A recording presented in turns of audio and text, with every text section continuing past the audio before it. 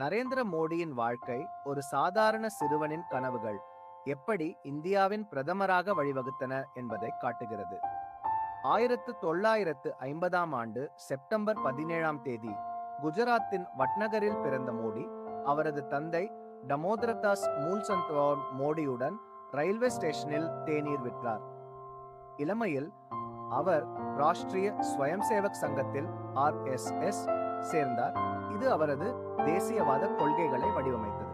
பின்னர் பாரதிய ஜனதா கட்சியில் PJP சேர்ந்த அவர் 2001இல் குஜராத் மாநில முதல்வராக நியமிக்கப்பட்டார். அவரது வளர்ச்சி முறைமைகள் தேசிய அளவில் கவனம் பெற்றன. 2014இல் மோடி இந்தியாவின் பிரதமராக பதவியேற்றார்.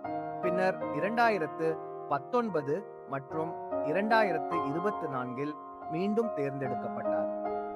அவரது பயணம் கடின உழைப்பு மற்றும் அர்ப்பணிப்பு மூலம் சாதனையை அடைய முடியும் நிரூபிக்கிறது.